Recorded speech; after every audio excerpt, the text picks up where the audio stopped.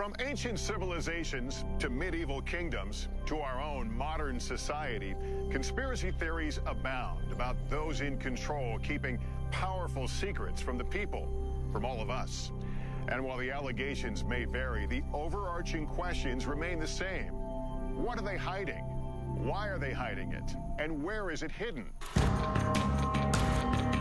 Secret government warehouses. Where are they? And what secrets do they hold? You can't apply federal laws to a non-existent place. Tonight, an investigation to find out. How do people get in here? We'll travel the world looking for answers. From powerful Washington insiders. Could there be military bases we don't know about? At an abandoned military base in Montauk, New York, with investigator Richard Dolan. We're starting to see the disturbances already. In the skies above the legendary Area 51 in Nevada, with researcher Glenn Campbell. Helicopter 966 here, Hotel. You familiar with that restricted airspace 3 miles to your west? All the way across the ocean to perhaps the biggest repository of history on Earth, the Vatican. Can we go into the actual archive now? Our investigation will reveal shocking revelations about secret government experiments on U.S. citizens. We were making human guinea pigs out of civilians. Cover-ups about the existence of UFOs. I couldn't tell them what I was done because it was top secret. Potential evidence from a secret base that may provide proof the government has been hiding the truth about extraterrestrial life for decades. You're clearly not human. It's so unusual. It's like nothing I've ever seen before. We'll speak to informants who divulge details about what's hidden and where. There's thousands and thousands of underground tunnels. And for the first time on network TV, bring you footage purportedly smuggled out of Area 51 of an extraterrestrial. Travel with us on a global expedition to find the truth about secret government warehouses.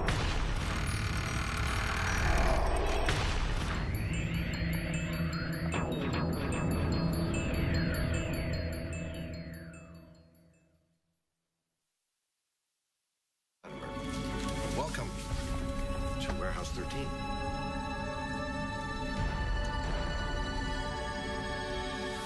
The secret government warehouse. It's a concept portrayed in pop culture that has intrigued audiences around the world for generations. What is this place? Officially, K39ZZZ on the North American grid. But I like to think of it as America's attic. In the sci-fi series Warehouse 13, 2 Secret Service agents are sent to a classified location in the middle of the desert. There, they are told they must protect a mysterious government facility full of historical artifacts that have potentially catastrophic paranormal powers. What you're supposed to do is hunt down whatever is threatening to ruin the world's day and neutralize it and bring it here. You gotta snag it and bag it and tag it. It may seem like a far-fetched idea, but we know there are locations around the world where governments are hiding things.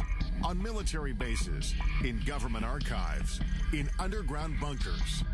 Many of them pertain to national security. But are there other deep secrets inside these restricted areas? What are they doing in Fort Knox or in Area 51? What are they doing in the Vatican that I can't go in and see? The mere fact of refusing to let people in makes the people on the outside question why are they being shut out and what is actually happening in that secret area or secret meeting. Are there facilities we don't even know about, hiding things we should know about? Some say yes. I believe that there are large numbers of underground facilities throughout this world, a large number of Warehouse 13 type facilities. Everything's in its little compartment, buried away very, very secretly, whether it deals with mind control or UFOs or maybe secret biological weapons or what have you. Secrecy is the norm, not the exception. To answer these questions, we began our investigation in Washington, D.C. We've come to talk with John Podesta, former chief of staff to President Clinton and a longtime advocate for government transparency, to get an inside perspective on just how extensive government secrecy may be.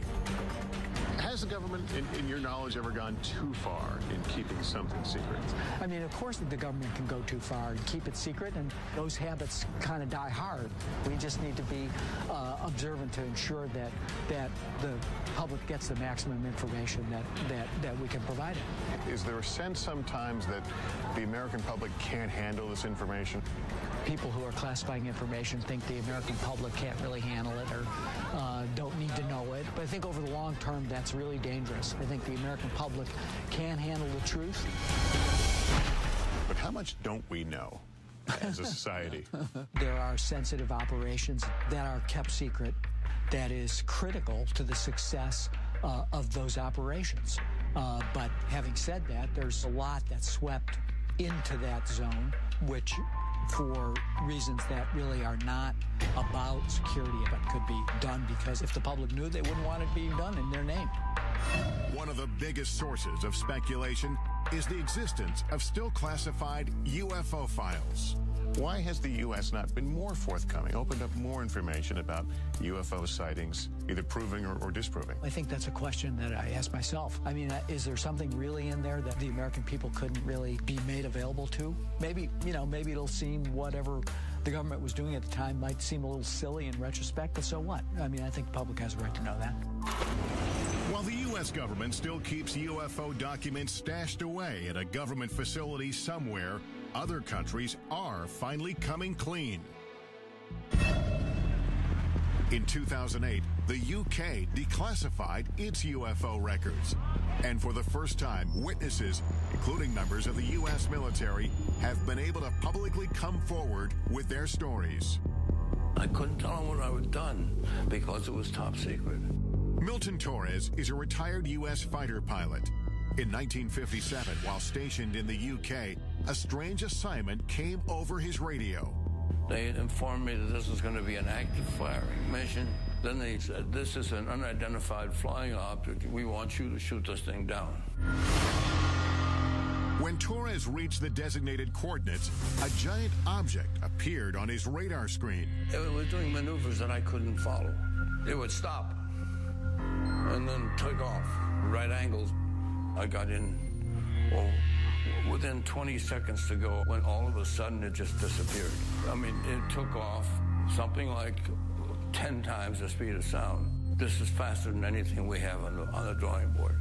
I was afraid for my life. Torres returned to base and was ordered to never reveal what he saw in the air. They said that this mission has been declared top secret. You're not to discuss this with anyone, not your wife, not your commander, not anyone. If you violate top secret instructions, you can go to jail. To this day, Torres does not know what it was he saw on his radar screen, but he has his suspicions. I don't think we're alone. And whoever built that machine knew a hell of a lot more than I did. Could stories like Torres's still be under lock and key within the U.S. government's UFO files?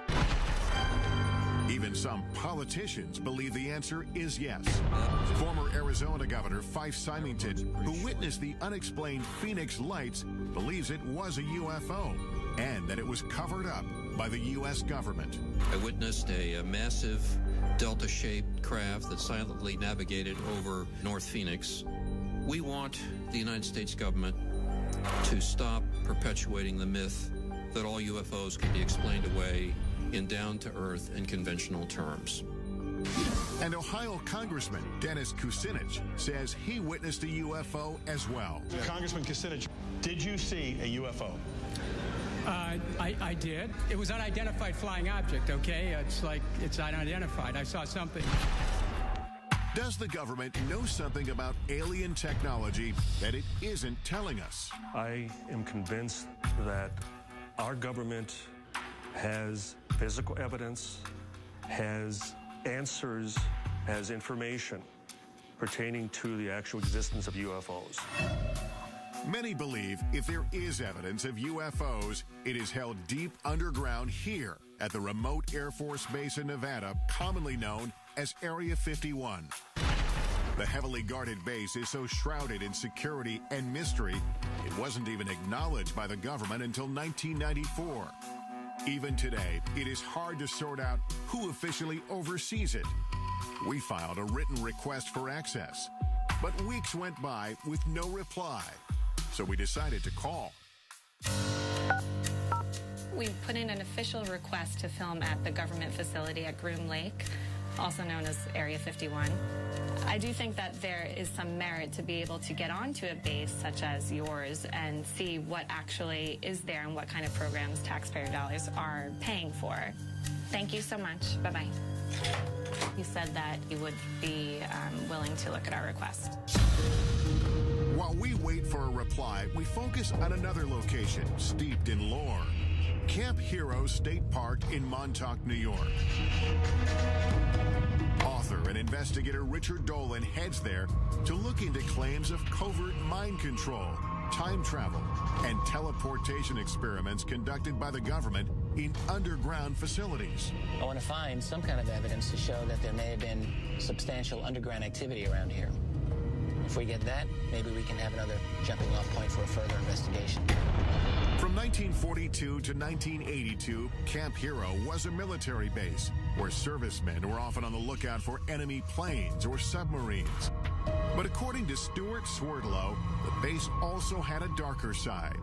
He claims that from 1970 to 1983, the government experimented on him at Camp Hero as part of a program he calls the Montauk Project. It was actually begun as a project for mind control, programming, genetic manipulation, and esoteric weaponry. Part of the Montauk Project involved time travel or opening up dimensional doorways from one point to another point. Swerdlow says he, along with thousands of other people, were taken off the streets and from their homes and brought to an underground facility at Camp Hero. The Montauk base on the surface was a derelict or old Air Force base. Underneath, there were 9 levels where the operations took place. There were centers where they would keep people sequestered. It may sound far-fetched, but the U.S. government conducting secret experiments on Americans without their permission is not. It has hidden programs from its citizens in the past and stashed away or destroyed the evidence. Like the medical research done for 40 years on poor black men in Tuskegee, Alabama. They were secretly mistreated for syphilis by the government in an effort to see how they would react. It's only one of the insidious programs uncovered over time. At the height of the Cold War, we now know that the United States military was using the American people as guinea pigs, basically releasing radiation into populated areas to see how fast radiation would spread. The military was experimenting on people without their permission, injecting people with plutonium, which is, of course, one of the most toxic chemicals known to science. They even gassed the New York subway system. But perhaps the most shocking programs involved mind control experiments carried out from the 1950s to the 1970s. The most infamous among them was MK Ultra. MK Ultra was a top secret project to see whether or not mind control was a possibility. The military and the CIA began to look into the possibility of LSD, mind-altering hallucinogenic drugs that could brainwash people. Well, the consequences of this, of course, are enormous because this was uncharted territory. People went crazy. We were destroying people's minds. Retired Army officer Michael Bailey says he was one of the military's test subjects. They said the tests were safe. There was nothing to be scared of. Bailey was stationed at the Edgewood Arsenal military base in Maryland in the mid-1970s after volunteering for what he thought was a program to test uniforms and equipment. They explained that we were going to be testing equipment of the battlefields of the future, and it sounded exciting. But in fact, Bailey says he and hundreds of other soldiers were injected with LSD and other harmful drugs or exposed to dangerous gases to see how they would behave. we obtained this once restricted training video shot by the military, which shows some of the effects of the experiments conducted on their own men stationed at Edgewood. 6.5 hours after exposure time, the confused volunteer needed help as he attempted to traverse part of an obstacle course. At this point, hallucinations and other mental disturbances were evident. Looking back, Bailey believes his government betrayed him. You trusted the government, you trusted the Army. It was a bunch of lies. There was a lot of harm done at Edgewood Arsenal.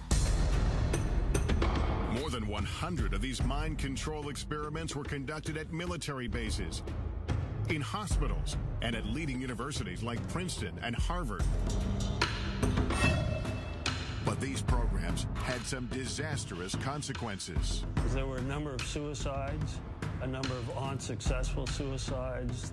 One man who had been dosed with LSD actually tried to commit suicide on his front lawn in front of his children and was in a what's commonly called a flashback state.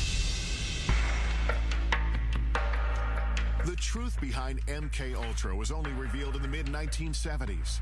All the classified documents were ordered to be destroyed by the head of the CIA. But about 10 boxes of financial records were overlooked, and a small portion of the dark truth was uncovered. The thing about MK Ultra we have to remember is that we have very little information about the specifics of the programs, and that is because most of those records were destroyed.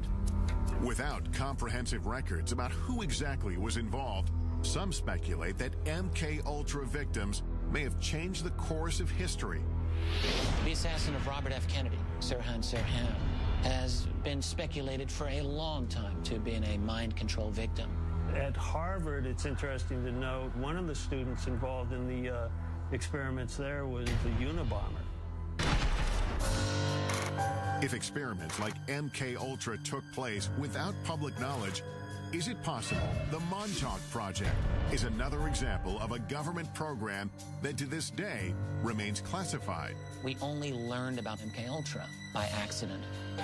It could so easily be the case that had all those records been properly destroyed, to this day, all MK Ultra would be rumor. When I think about that in connection with something like Montauk, it makes me think that it's just possible that the Montauk Project remains rumor because simply the guys running the security did a better job than they did with MK Ultra. Could the U.S. government have been conducting experiments inside secret underground bunkers at this retired military base? That's what Richard Dolan is hoping to find out. If the claims about the Montauk Project are true, that'll change everything about what we think we know about this world. And I have to say, if you're going to have a secret program, then Montauk is a great place to have it in a lot of ways. It's very remote. I think that it's possible that there has been some strange activity going on under there. Since the base is now a state park, we asked park officials for permission to access any underground areas. But they said they are not aware of any tunnel system in Camp Hero. Dolan has heard otherwise. I'm told that there are interesting structures in this area. Tunnels I've read about. I want to see something. And what he finds may change what we think about the Montauk Project. What the hell is this? Wait, what is this? Ahead, I'll join Dolan at Montauk, where we'll use cutting-edge technology to look below the ground. There is something here that could be an underground structure. Later, I'll examine potential evidence that could prove the U.S. military has been covering up the existence of extraterrestrial life for years. Could this be the smoking gun that we're all looking for? But first, I'm heading to Rome, Italy, to try to get past the Vatican gates and into one of the most mysterious repositories in the world. The Vatican Secret Archives. No one knows exactly what secrets are in the Vatican archives. They are so huge. All this when Inside Secret Government Warehouses continues.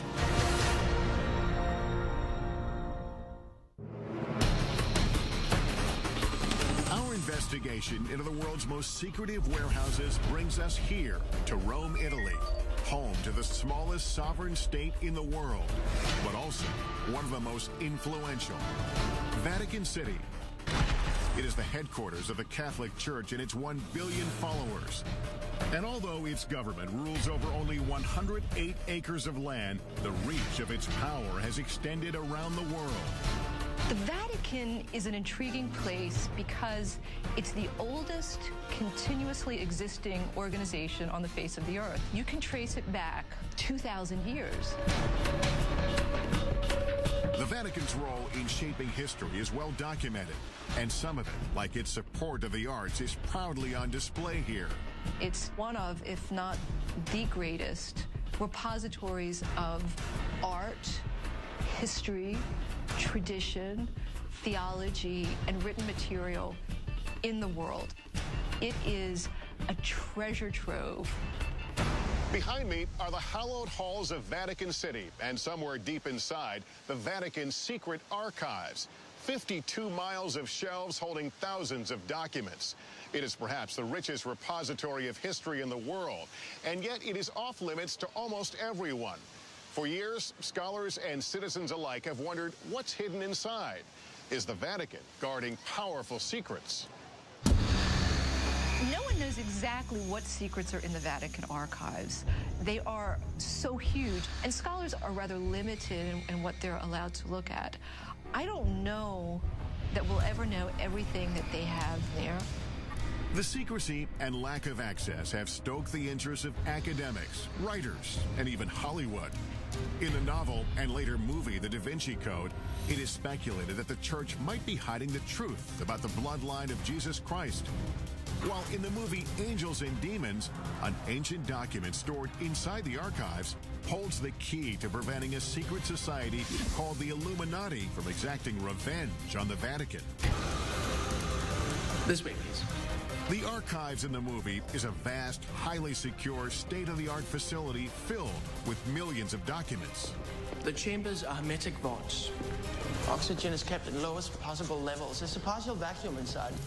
Could the real Vatican secret archives be a facility like this one?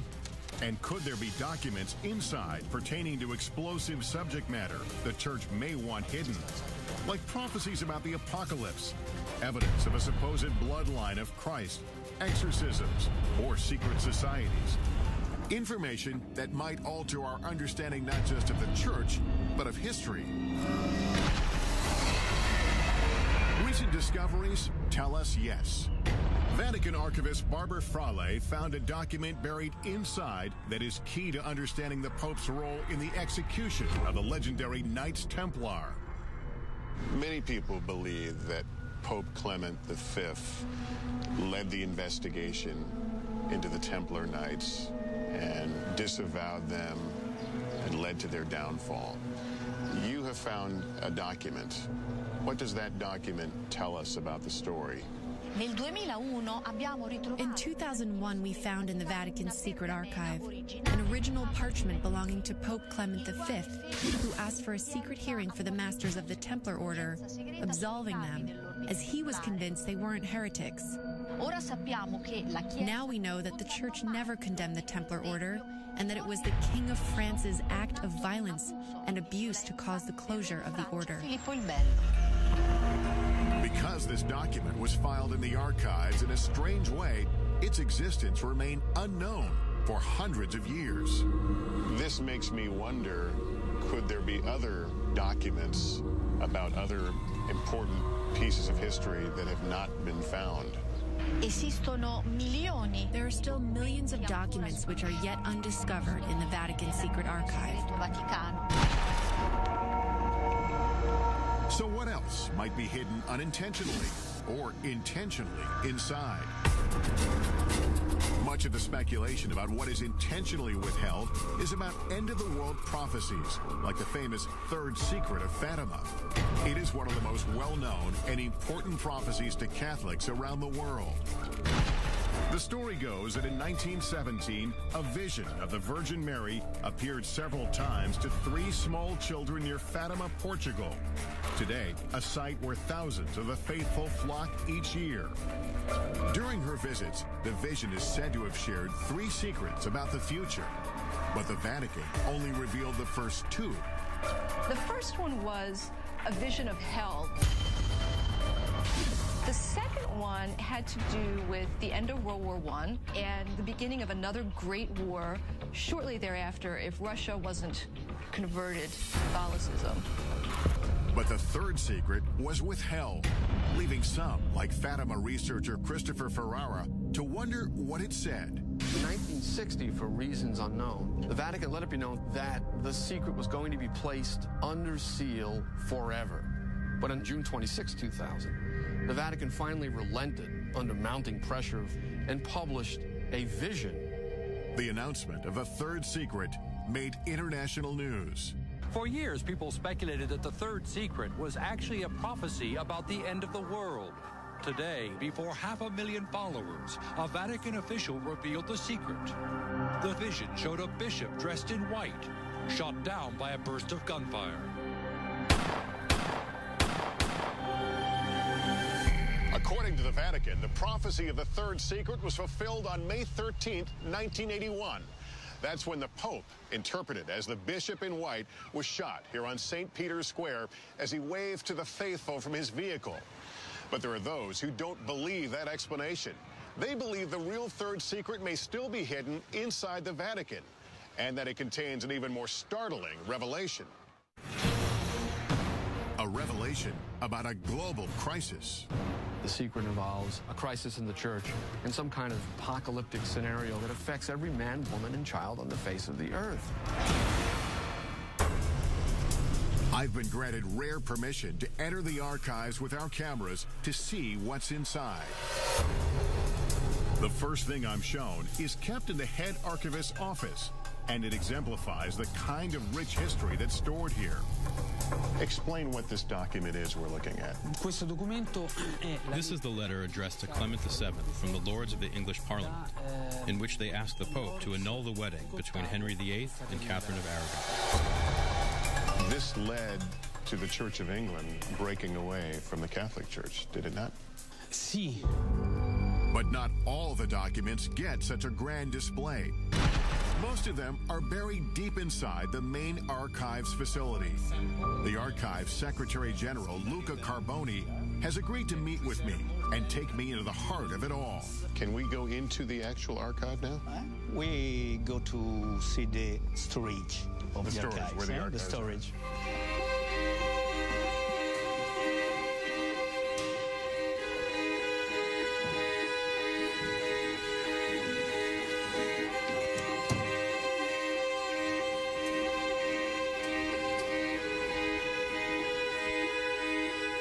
We arrive at the main facility, and I'm instantly overwhelmed by the massive number of files that are before us. We are standing amid the history of the Catholic Church, but this is also an important part of the history of the world, isn't it? The Vatican Archives is important in the world, unique because we preserve a continuous chronological space of over 800 years, from 1198 onwards.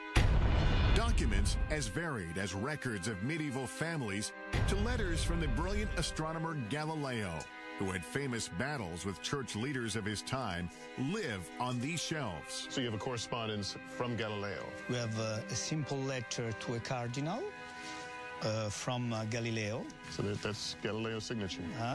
Galileo's signature from Florence in the 18th of December 1628. There is just so much here. Is it possible that there are things here that even the archivists don't know about? Yes. Each day we discover something new or something interesting. When you use the term secret here... Okay. Secret means private. Secret, in this case, doesn't mean things that no one can see. No. Only private. Private, but off limits to all but about 1,000 researchers handpicked by the Vatican each year. It's not hard to imagine how documents can get buried in this vast warehouse, either accidentally or on purpose. The Secrets of Fatima, would we find something about the Secrets of Fatima here? No. Here is not preserved. If I don't remember, if I remember well, it's not here. But then, where is it? Are there other secure places within Vatican City? Even within this facility, there are areas that are restricted, like the Parchment Room, holding some of the oldest and most important documents. Can scholars and researchers come here? No. Only the staff of the Vatican Archives. All your parchment are kept here? We preserve 50,000 of single parchment in this room on 2 floors. The air feels different. Is the climate controlled here? Yes, it's under control. And what is in here? Here we have the famous Templar trials. The 3 meters of parchment rolls. But we can't see it? No, it's close. There's no doubt that this repository is one of a kind. But the Vatican has not shown us evidence to prove or disprove the rumors of secret documents being stored inside the archives. So we're headed to Montauk, New York, to look for clues into claims of underground mind control and time travel experiments. And later, we're going to some of the most heavily guarded military bases in the U.S. to investigate reports that proof of alien life is stored inside. All this when Inside Secret Government Warehouses continues. We're on a quest to uncover the world's most elusive government warehouses and the secrets that may be buried inside. Our investigation returns to Camp Hero State Park in Montauk, New York. We're looking into claims about the so-called Montauk Project. The story goes, the radar tower behind me was once the epicenter of the Montauk Project's dangerous mind control experiments, and that 9 subterranean levels beneath the tower housed top-secret technology that transported thousands of people through time and space. But do those underground facilities really exist? According to the United States government, there are no underground facilities at Montauk. Of course, you have to bear in mind that the United States government does almost certainly have many underground facilities that they don't wish to acknowledge. Author and investigator Richard Dolan has agreed to meet me at Camp Hero to take a closer look. Can we establish there's something underground? The thing that I've been thinking about is it's impossible to establish the veracity of the claims of the people themselves, but if we can bring some kind of instrumentation to take a look below the ground, I'm thinking ground-penetrating radar, we might be able to find out one way or the other if there's anything that we can notice. At least confirm some parts of the story. According to Stuart Swerdlow, he, along with thousands of others, were brought here to be programmed or mind-controlled. I was subjected to many types of experimentations, interrogations, indoctrinations. I was used in the time travel experimentation. To do this, Swerdlow says he was sequestered in facilities directly beneath the old radar tower. Deep underground, he says, there were 9 levels of rooms, and within those rooms was a device called the Montauk chair. Looked kind of like a dental chair that the person would sit on. There'd be a headset that would go over them.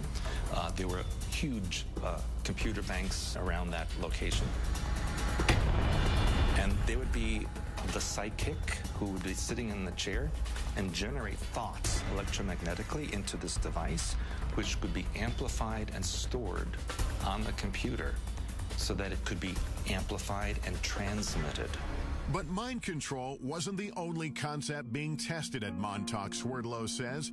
According to him, they were also experimenting with time travel and teleportation using strange technology. It's like a huge mirror frame, and in the frame there is technology that creates vibrational frequencies that can match points in time and space, and you literally walk through. and that is how they transported people from Montauk. If Swerdlow's claims are true, it would completely change the way we see the world. Up to this point, time travel and teleportation have simply been concepts explored in pop culture, in movies like the Philadelphia Experiment and Back to the Future. But were teleportation and time travel experiments like these taking place at Camp Hero? We asked the military about the existence of these experiments and underground spaces at this former base. After speaking with several different departments and officials, we still didn't get a clear answer. But theoretical physicist Michio Kaku says time travel and teleportation are not possible with current technology. Claims about the Montauk Project talk about teleportation, time travel. But let's be blunt about this. The United States military, the most powerful military on the planet Earth, simply does not have enough energy to bend space and time into knots. Still, we know the government does have a history of experimenting on unwitting Americans, especially with mind control. So we've brought in the latest technology to help us determine if there's anything underground here. Jamie Harmon and Dan Welch are ground-penetrating radar technicians. The technology they have should be able to detect anomalies underground. I know this is ground-penetrating radar, but explain to me what you can do with this. This orange box here, this is the radar pulses going down into the ground. When they meet something with a different material property like stone or something metal, we'll get a reflection which will bounce back to the surface. So if you see a man-made tunnel or something, it would show up pretty clearly on that? Mm-hmm. You know, it takes a little interpretation, but it will show up on the screen. Today, the area around the radar tower is completely off-limits, fenced off with warning signs. The park says it's because of concerns about falling debris, but Swerdlow says otherwise. The reason there's a fence around the radar tower is because underneath there is the main part of the Montauk base. They don't want people going in there. The entrance is sealed. But the park has granted us rare access to the restricted area surrounding the radar tower, with a stern warning not to get too close to the rusting satellite dish. It's pretty strong reflection. Our time here is limited, so we decide to split into two teams. Dolan goes to do a quick pass with his Geiger counter to see if there are any anomalies around the radar tower. It's basically reading at just under 10, which is very low. When he finds nothing strange, he goes to search for potential entrances into any underground spaces. Meanwhile, our ground-penetrating radar team gets to work surveying the area beneath the tower. Ourselves around here. And right off the bat, we start to get some strange readings. So, yeah, we're starting to see the disturbances already. This is the very beginning of what we were expecting to see for the anomaly. So we know it starts here. Yep, and it's pretty strong, and we're looking at about 10 feet in depth. This being the surface here, so it's a very distinct start to it. Yeah. Mm-hmm. In the meantime, Dolan is canvassing some of the surrounding wooded parts of the park. According to Swerdlow, there's an entire network of underground tunnels throughout the area. On the old base, you do see manhole covers or just even entrances that are covered by metal plates. Allegedly, some of them, they say, are for sewer systems or rainwater draining and that kind of thing.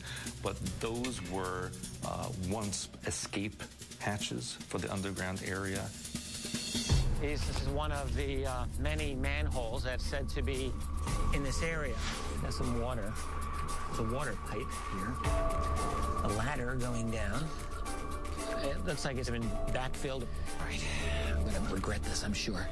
I want to see how deep this is. I don't know if they could have been designed as a water drainage. Maybe there's a lot of water usage at that facility. Why do you need a ladder going into a water drainage hole?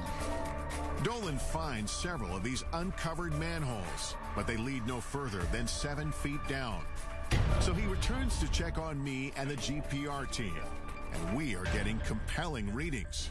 We did a number of passes right around this area here, and down about 10 feet or so, it looks like we're getting the surface of something interesting. But you're also seeing it's rather flat. Mm-hmm. It does have a nice flat surface to it.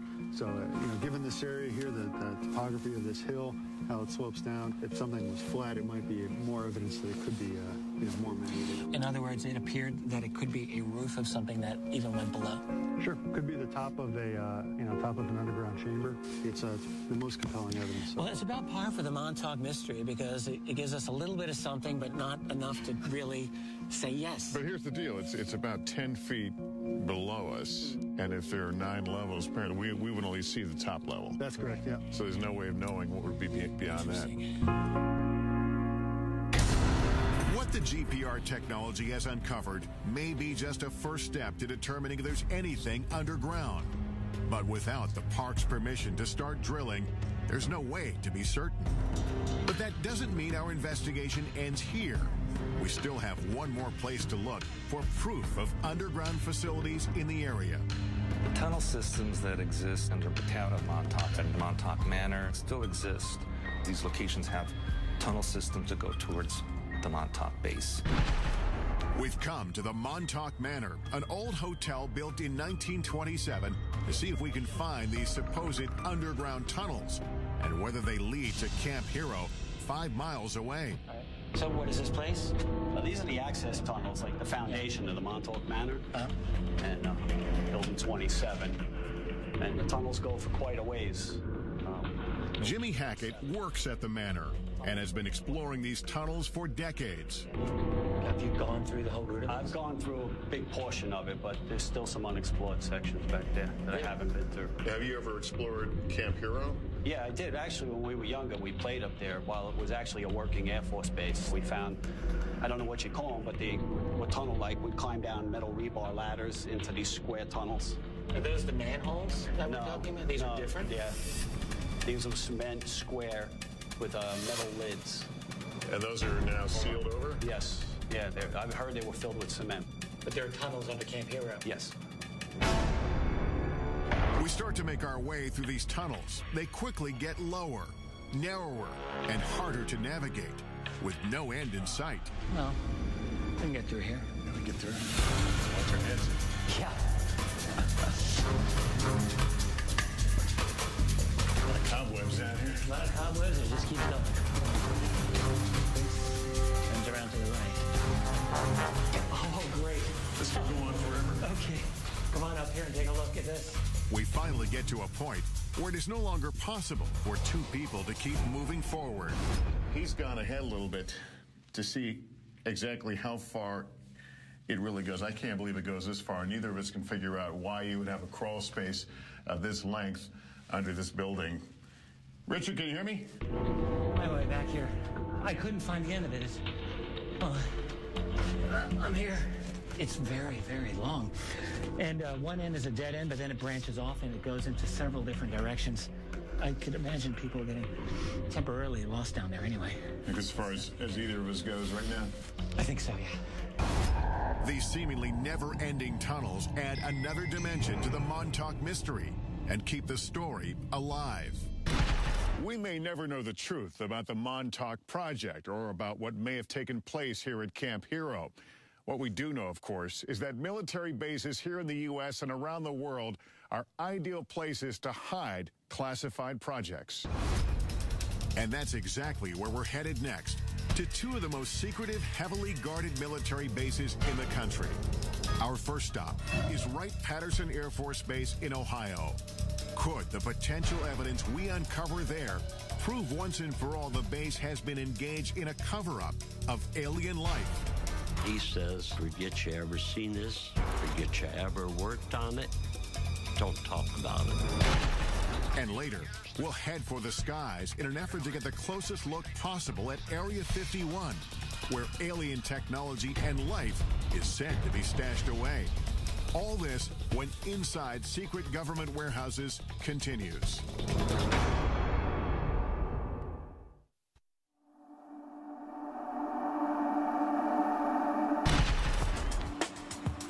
Our search for the truth about secret government warehouses has taken us on a global journey.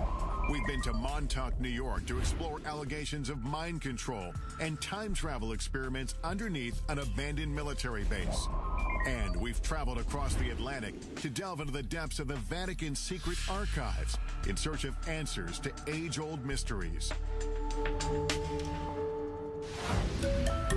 As our investigation deepens, we check in at our nation's capital, where we are still looking for answers and access. We made that request via fax 4 weeks ago, and we haven't heard anything back. We would love an opportunity to go to the facility and tour it. For weeks, we've been calling the Air Force, requesting permission to get inside Wright-Patterson Air Force Base in Ohio, and what may be the most secure military base in the United States, the legendary Area 51. Oh, you've never allowed visitors out there?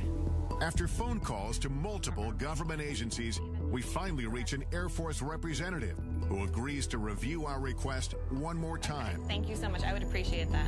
The Pentagon's reluctance to let us into these military bases only fuels our curiosity. Could they be hiding more than military secrets inside? And are there other bases, or even warehouses like the one depicted in the sci-fi series Warehouse 13 that we don't even know about? And that is exactly what we do here.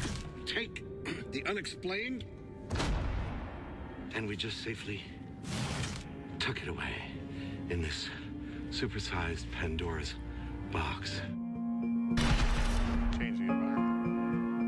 Washington insider John Podesta says the idea of a central warehouse is a myth. There's, of course, not one single place that classified information is distributed across the country and across the globe. Could there be military bases we don't know about? Could there be places underground? Well, if we don't know about it, how do we know?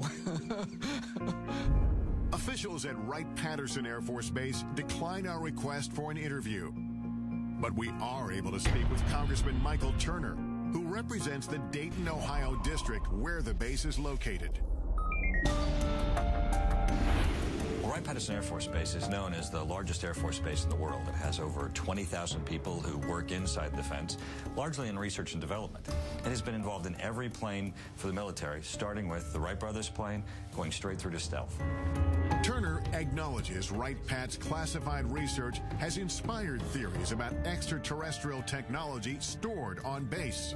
Whenever you have a base, it's 8,000 acres and only 10 planes. There's a lot of research and development that's going on, and there's a lot of speculation. Speculation fueled in part by Wright-Pat's role in the infamous Roswell incident of 1947. The government has issued at least 4 different official explanations about what actually crashed in the New Mexico desert. And while theories may vary, certain facts are indisputable. A declassified FBI memo dated July 8, 1947, indicates the wreckage purporting to be a flying disc was secretly flown 1,500 miles to Wright Field by special plane for examination. After the Roswell incident, Wright-Pat became home to Project Blue Book, an official government investigation into UFOs. Well, I think people who were interested in UFOs certainly looked to the Air Force to have some kind of greater knowledge about what had occurred than merely those who had witnessed them and what their beliefs might have been. The Air Force investigated more than 12,600 UFO sightings. 700 of them remained unexplained when the government terminated the project in 1969. UFO author Donald Schmidt says Blue Book was flawed from the start. The true hardcore cases were going upstairs, we're going above Blue Book to something that we'll never know about. Retired Air Force Captain Robert Collins spent 22 years in the military, 6 of them at Wright-Pat. I had a top secret SCI, or Special Compartment and Information Clearance.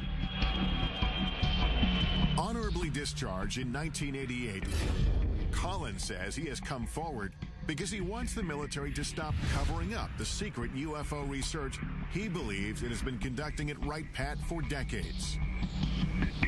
It deals with all the black programs that the Air Force has, including all the classified, super secret reverse engineering programs for UFOs. There are witnesses who support Collins's claim and say they had access to extraterrestrial evidence on the base. According to one account, officials at Wright-Patt revealed the Roswell wreckage to an elite group of men from the prestigious Air War College who were sent there on assignment. Among them was a lieutenant colonel named Marion Magruder. He said they were trying to determine whether they were going to make public something that had recently happened. A fighter pilot in the Second World War, Magruder, known by his combat moniker Black Mac, was no stranger to military operations. But this mission was unlike any other. It was so highly classified, he only revealed it to his family 50 years later when he was dying. He said, I want to tell you that we're not alone. Magruder spoke vividly of a shocking encounter with an extraterrestrial being. I had quite a bit of empathy for him, and he said he was more humanoid than alien, but he had a much larger head, larger eyes, long, slender arms, thin little legs. He appeared to my father to be very sad. Magruder struggled silently with what he saw until the last days of his life. My father said we killed him because of the experiments and stuff. That had an incredible impact upon him. And it may be that his memories weren't all that haunted him. There would be some people come to visit him to discuss that situation with him. Whoever it was, and I never knew who it was very interested in making sure that secret was kept. The Air Force referred us to its 1985 fact sheet that addresses persistent UFO rumors. It says there are not now, nor ever have been, any extraterrestrial visitors or equipment on Wright-Patterson Air Force Base. Yet, over the years, questions have grown. Suspicions sparked by testimony from former employees, including Robert Collins, who says underground facilities are strategically hidden throughout the base. Never find it unless you knew where to look. Coming up, reports of a complex labyrinth deep underneath Wright-Patt. And physical evidence allegedly from the base that may prove a government cover-up of alien life. I'm too old to worry about my reputation. And later, travel with us to the Nevada desert for an unprecedented investigation into Area 51. If the public ever really knew what happened at Area 51, they'd want to burn the place down. All this and more when Inside Secret Government Warehouses continues.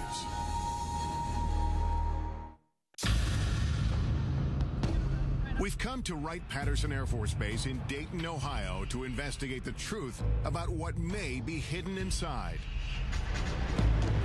Is this base ground zero in a government conspiracy to cover up evidence of alien life? Many UFO researchers believe so. They have the proof. They have the physical evidence. To this day, everything still points to Wright-Patterson Air Force Base.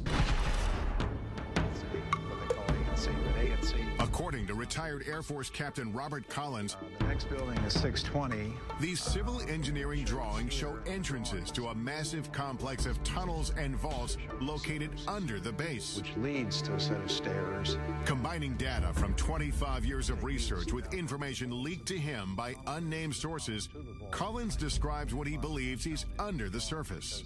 All these tunnels and vaults are completely independent of anything else in the Wright-Patterson Air Force Base. 60 feet down below ground. And then there's a limestone rock bed, which is anywhere from 10 to 15 feet thick. So you may be as far down as 70 feet. You're looking at probably the size of a couple football fields at least in length. There's roughly 4 big vaults. They're about 100 by 100 feet in size. They got carpeting on the floor of the tunnels, and you could drive a pickup truck through them. Collins says the most remarkable secret isn't the underground complex itself, It's what he says the Air Force was and possibly still is hiding inside. The things that were stored in these vaults were, of course, bodies, alien bodies, all the cryogenic equipment used to support and maintain and preserve those bodies, and medical examination tables and biological testing equipment. The Air Force denied our request for an interview with a representative from the base. But local Congressman Michael Turner says plenty of classified information is at Wright-Patt, and it's all with good reason. A lot of the things that are going on at Wright-Patterson Air Force Base are secrets that need to be protected. There are things that are in development, research that we're doing, possibly for capabilities for us in the future, or even how we're looking at our potential adversaries. A statement issued to us by the base says the evolution of virtually every Air Force aircraft flying today can be traced back to Wright-Patt. They tell us current developments include material that can sense and then heal its own cracks, as well as bird and insect-sized aircraft capable of swarming. One of the few reporters allowed on base to investigate the legends of UFOs at Wright-Patt is Emmy Award-winning newsman Carl Day. An awful lot of unanswered questions, and tonight we're going to try and sort out facts from fiction. And they said, well, come on in and look and see if you find anything. This is at the invitation of the Air Force. Aware of reports about underground chambers, Day asked to be escorted to the lowest level of Building 620. The tunnel that I went through was certainly not big enough to drive a truck through, and we had to duck out of these tunnels because they were very low. While Day didn't find hidden tunnels, he uncovered something even more shocking. It was a small mandible, which is the lower jaw of something. In the course of his reporting, Day met a dental technician from a Veterans Affairs hospital 15 miles outside of Wright-Patt, who said he had worked on a strange impression of a mandible brought from the base. At the time, the man was so afraid to tell his story that he didn't reveal his name or face. Never seen anything like this before in human or animal. Neither one. Today, at 81 years old, John Musgrove speaks undisguised for the first time. I'm not going to be around too many more years, and I'd like for this story to be out, you know, because I don't think the federal government is ever going to come out and say, yes, there are aliens and they are visiting us. Musgrove says that in October of 1979, two uniformed men he recognized as officers from Wright-Patt came to the VA hospital to obtain a cast of a dental impression. There was no blood and saliva. It was just dry as a bone. And I noticed right then and there I had something unusual. I thought to myself, my God, what have I got here? When Musgrove finished the assignment, his boss made it clear not to speak of what he saw ever again. He raised his hand up like this with the impression, looked at me and crushed it and threw it into the trash. And that's when he says, forget you ever seen this, forget you ever worked on it, don't talk about it. The impression was broken, but Musgrove dug the pieces out of the trash and put it back together so he could duplicate the cast. Convinced the mandible came from a skeleton stored at Wright-Patt, Musgrove gave a copy of the cast to Carl Day to investigate. But the case went cold when nobody Day showed it to could identify its origin. I didn't want anything to happen to it, just in case. So it's in a safe deposit box. And I've got the key. Day agreed to retrieve the mandible from his personal repository. There it is. This is the first time it's ever been shown on national television. I would love to know if this is indeed representative of true aliens' lower jawbone. You can imagine how small the head must have been. 30 years after the cast was made, pressing questions remain. Could this be the smoking gun that we're all looking for? That final proof that indeed we're being visited by aliens? It proves one thing. There's something other than human and animal. Coming up, does this mandible hold the secret to extraterrestrial life? A leading dental anthropologist weighs in. And that's not even close. Right. But first, join us in the Nevada desert. Doesn't it make you wonder what's in there that has to be so secret that they kill? As we examine exclusive video that may expose what happens inside the most secretive military base in the United States. When Inside Secret Government Warehouses continues.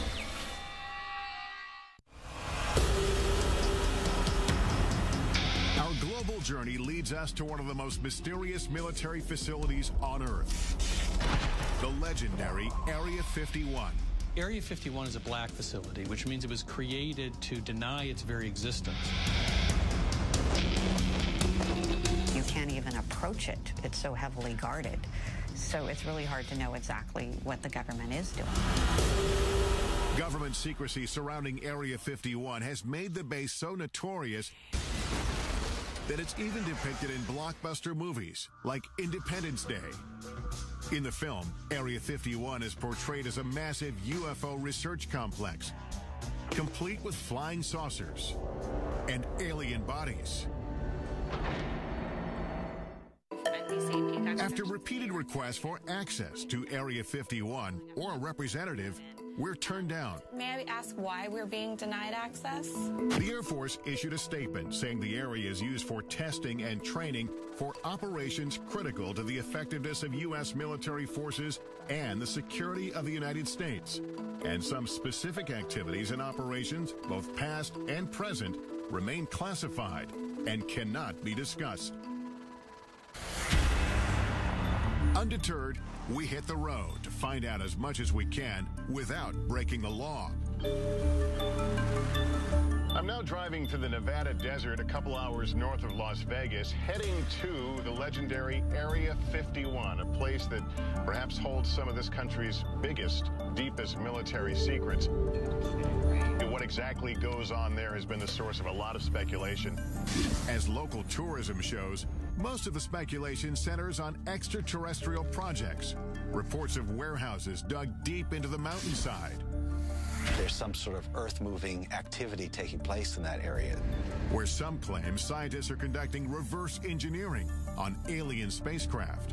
It was hundreds of thousands of years ahead of our technology. And most shocking of all, potential evidence that may confirm extraterrestrials exist and may have been held on the base. All claims we'll look into in the course of our investigation here. Area 51 has been veiled in secrecy since its inception. Established in 1955 as a covert test site for the U-2 spy plane, its purpose was to hide military projects. It was a place that was preoccupied with maintaining total secrecy. And secrecy then became its mission. The remote desert location, labeled number 51 on this 1950s map, seemed to be the perfect place for a black facility.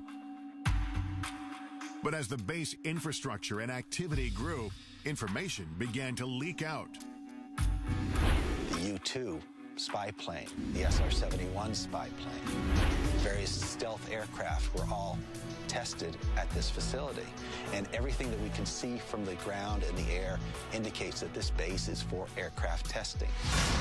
Despite full-scale Air Force operations on site, the government refused to acknowledge its existence. Not just initially, but for 40 years. Area 51 investigator and guide Glenn Campbell has been studying the facility since the early 90s. It was sort of like going to a drive-in movie. You could drive up and look down on the secret base that the government didn't acknowledge. I'm going to meet up with Glenn Campbell. Glenn and I first met up 16 years ago when I came out to this same desert trying to get answers about Area 51. This viewpoint we're heading to is Freedom Ridge. In this report I did back in 1994, we simply drove up a nearby peak and the entire facility was revealed.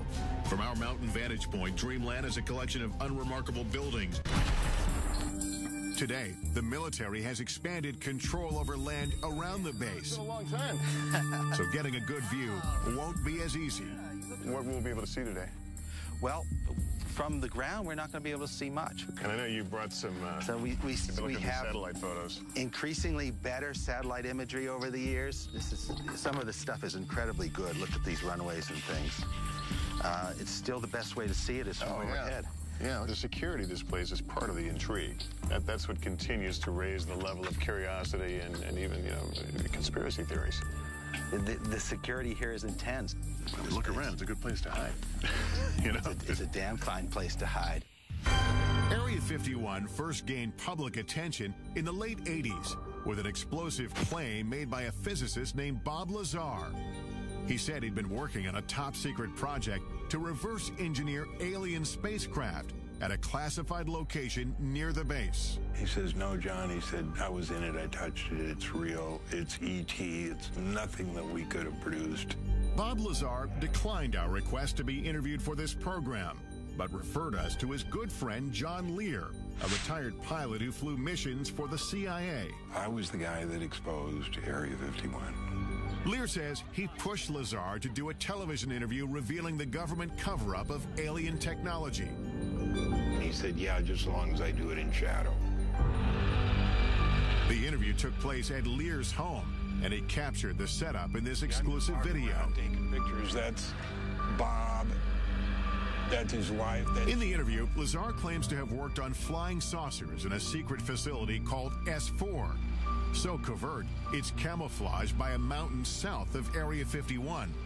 John Lear describes S4 as Lazar explained it to him. S4 is an underground base.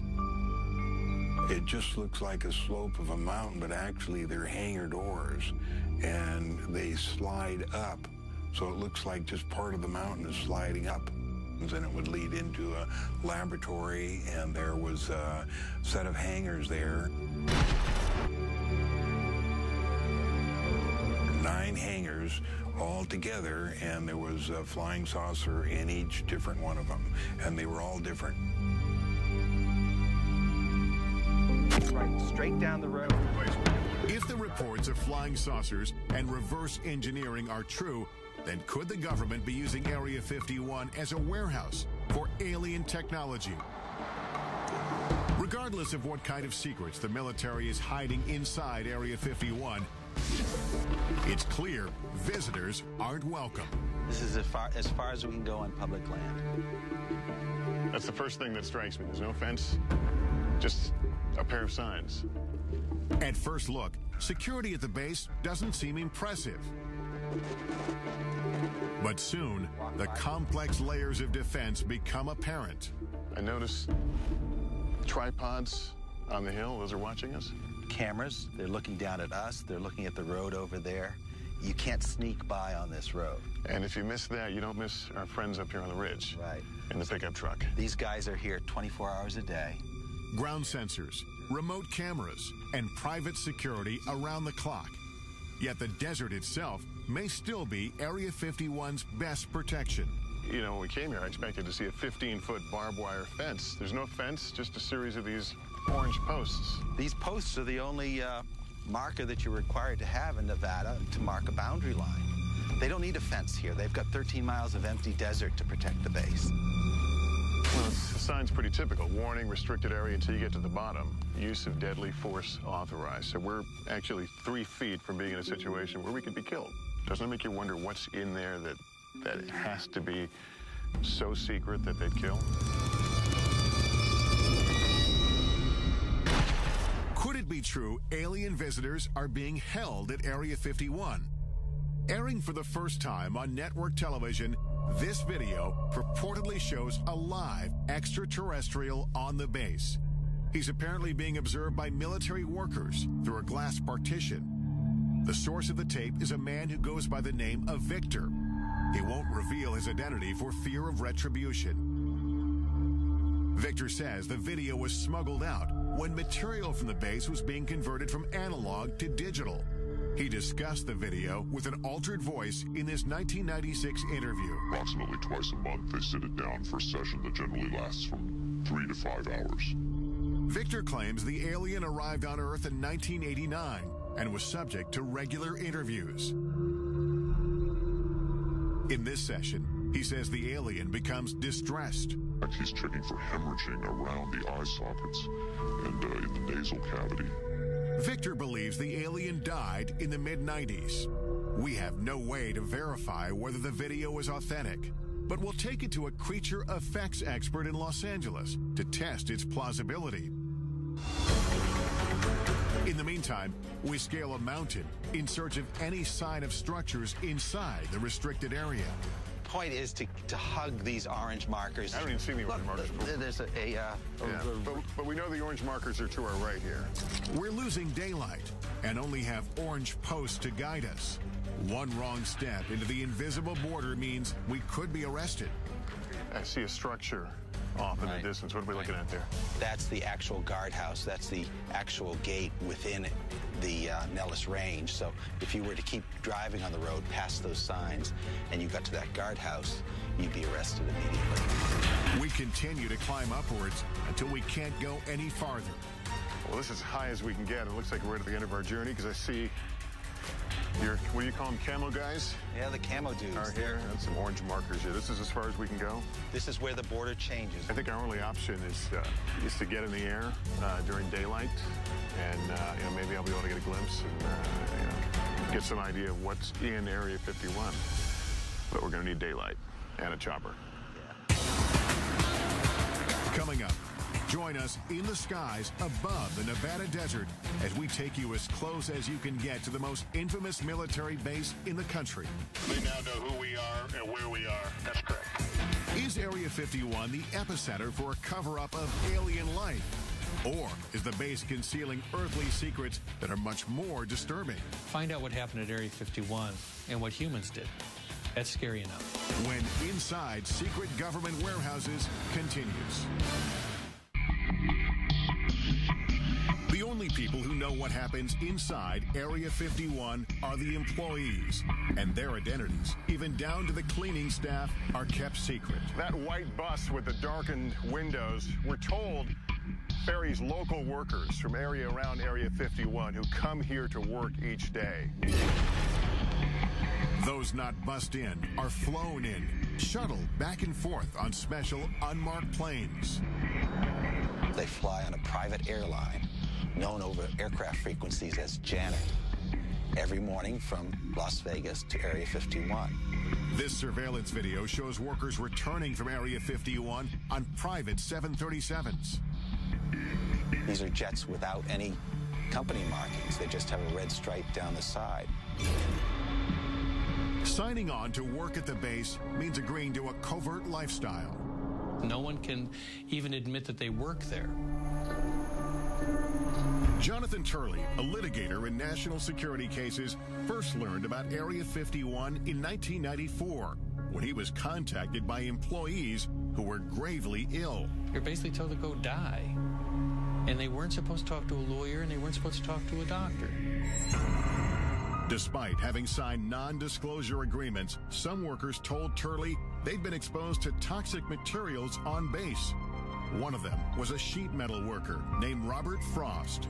He couldn't tell the doctors where he was working or what he might have been exposed to. They could have put him in jail for it.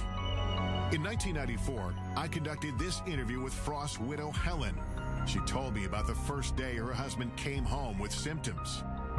He walked in a door, and he was screaming. I looked at him. His face was bright red, and all the skin was peeling off of his face. Turley filed a lawsuit accusing the military of poisoning Area 51 workers through blatant negligence by recklessly disposing of hazardous waste. They dug a football field-sized trench, and they would fill it every week with all types of hazardous and toxic wastes. And then they would just dump jet fuel on it and set it on fire. Though the base was operating in secret, Turley says the impact on some workers was difficult to hide. Many of them developed a strange condition that looked like fish scales on their body. This was taken just before he quit in March of '89. And then he had these large sores on his back. He had those all over his body. Turley's clients wanted to know what they were exposed to, but suing for information was a Kafkaesque task. At the time, the government denied Area 51 even existed. At one point, I just told the judge, Your Honor, I can take you there. I can point you to it. You can see it. How can it not exist as a matter of physics, let alone the law? Turley says it wasn't until he obtained satellite photos of the base that the government finally acknowledged some operations in the general area. They believed that they lived in a special place that was not reachable by federal law, that even killing someone, it was just simply not something to be held accountable for. Eventually, Turley filed several lawsuits on behalf of sick workers. The legal battle lasted for 9 years. Some of his clients died during this time. The lawsuits succeeded in prompting the government to start conducting environmental inspections on the base as required by law.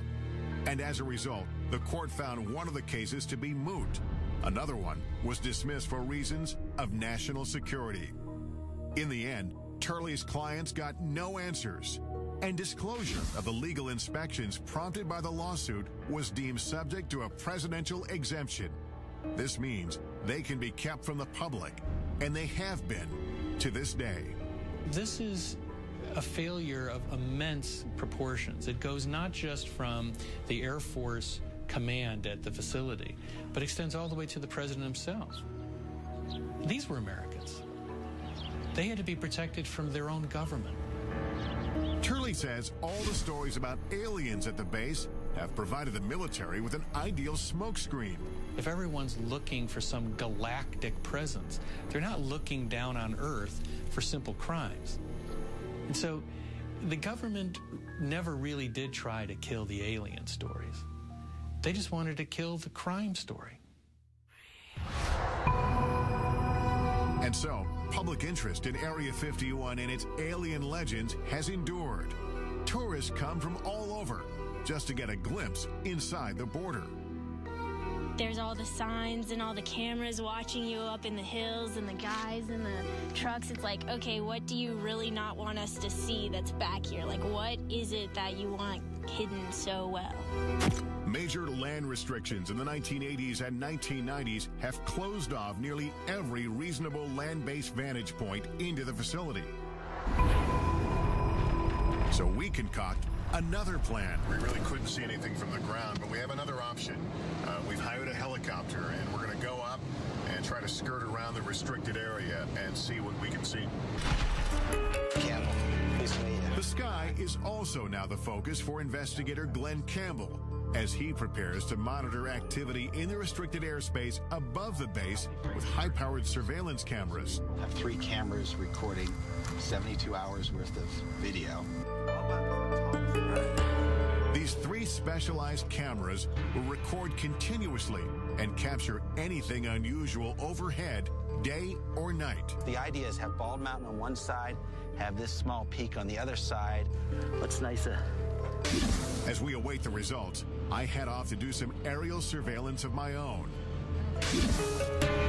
All right, I'm Tom. It takes several calls before finding a pilot willing to take us anywhere near Area 51. Well, these are restricted areas, and why they're restricted areas, they don't tell us. How close can we legally get? Well, it's recommended that you don't get closer than about 2 miles to the border. Are we going to tell them what we're doing? No, we're not going to tell them. We're just going to tell them we're going to be doing some flying, looking the area over if they ask. Let's do it. All right. Okay, here we go. Squad 4373 and ident. 4373 with an ident for 9660 Hotel. They now know who we are and where we are. That's correct. During our ascent, we overhear communications between air traffic controllers and the unmarked government commuter jets. Janet 267, Nellis control radar contact, maintain 15,000. That airplane he's talking to is one of the Janet airplanes, like an aerial bus service. Once we've flown over the highest mountain, Area 51 creeps into view. I can actually see it from here. We're probably about 10 miles from the border. But just as soon as the base is within sight, a warning comes over the radio. Helicopter 9660 Hotel, you familiar with that restricted airspace 3 miles to your west? 960 Hotel, affirmative. I'll be turning now. I won't get any closer than 2 miles to the restricted airspace. Copy that. It's clear that again, like on the ground, we're being observed. We are as close as we will be allowed to go to Area 51. This place is so restrictive that we legally can't even point our cameras in the direction of the base. We're at a little over 8,500 feet. It's a beautiful, clear day. This is absolutely the best view that anyone will be able to get of Area 51 from outside the restricted zone. I'm going to be able to tell you what I see as I look out. There are two what must be very, very large buildings, aluminum roofs. They shine very brightly. I can only surmise that they are hangars of some sorts. There are a number of lower-lying buildings. All of it seems to be along the edge of a dry lake bed. There is what appears to be a very long runway. Our investigation has revealed as much visible evidence of the base as legally possible from the ground and from the air. I'm guessing they're a little more comfortable when we're leaving this area. More than likely. And if we've learned anything, it's that the government is intent on keeping what's hidden inside this legendary military base a secret.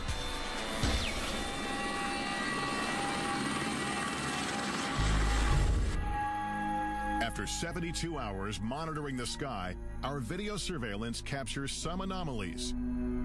An eerie desert storm sweeps through the area.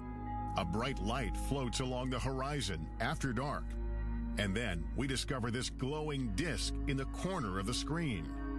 Upon examination, the light turns out to be a car driving on the desolate road. The disc, however, remains unexplained. Campbell says it could be the moon. When you come to the desert and you look up at the night sky, you see more stars than you would ever see anyplace else. When you look up at all those million points of light, you got to be crazy to believe we're alone in the universe. Coming up, our investigation continues as we travel from coast to coast to analyze the evidence we've discovered on our journey. What will the purported alien interview video from Area 51 reveal? And could this mandible support theories of extraterrestrial life? It's like nothing I've ever seen before. Answers coming up next on Inside Secret Government Warehouses.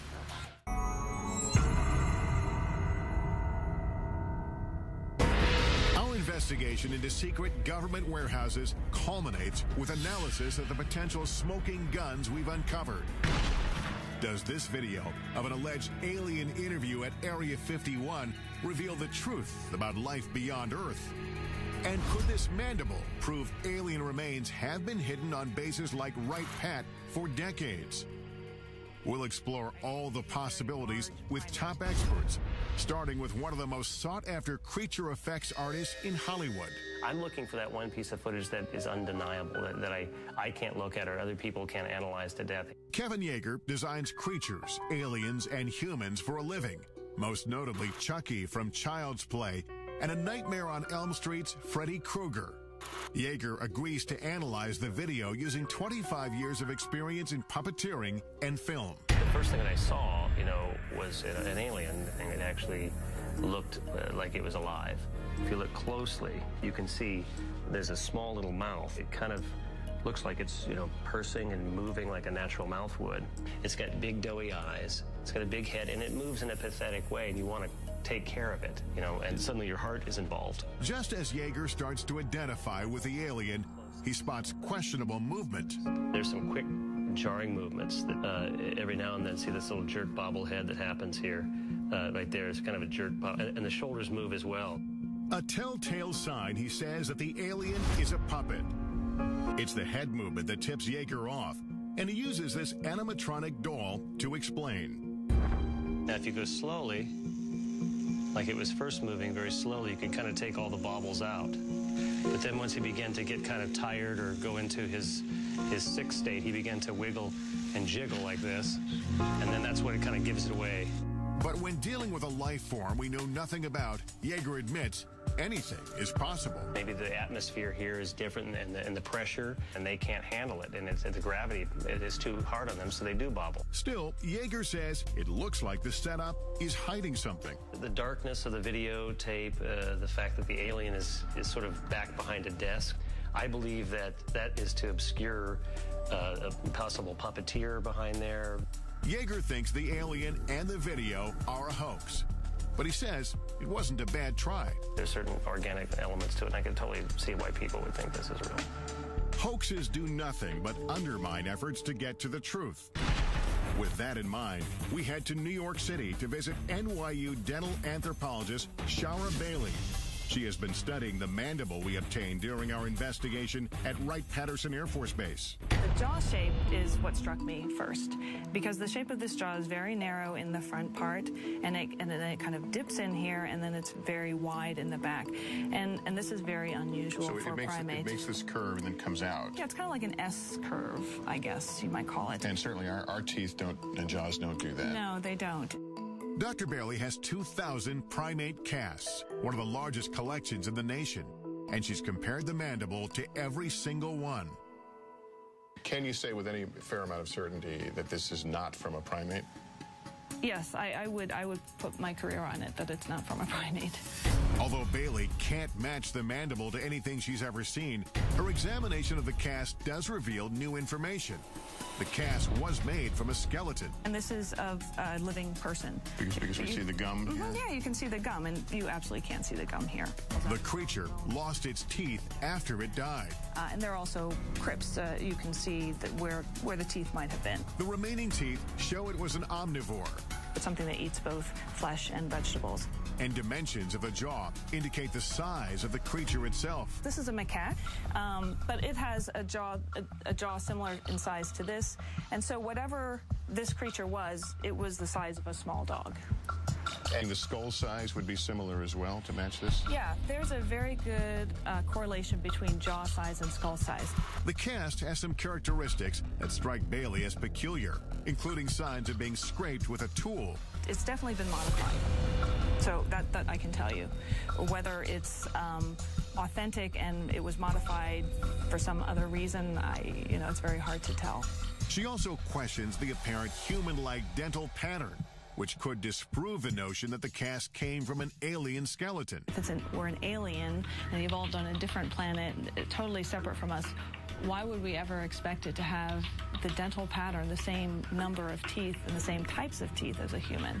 It's very odd. If in fact this came from another planet, how would you begin to really compare it to find out what it is? All I can do is compare it to living things on this planet.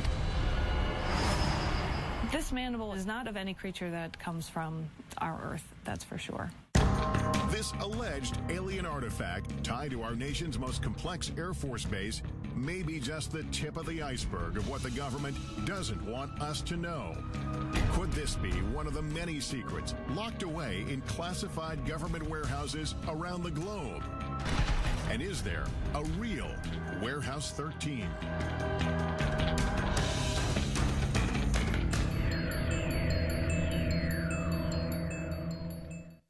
In the end, we can't say for certain what's below ground or hidden behind closed doors.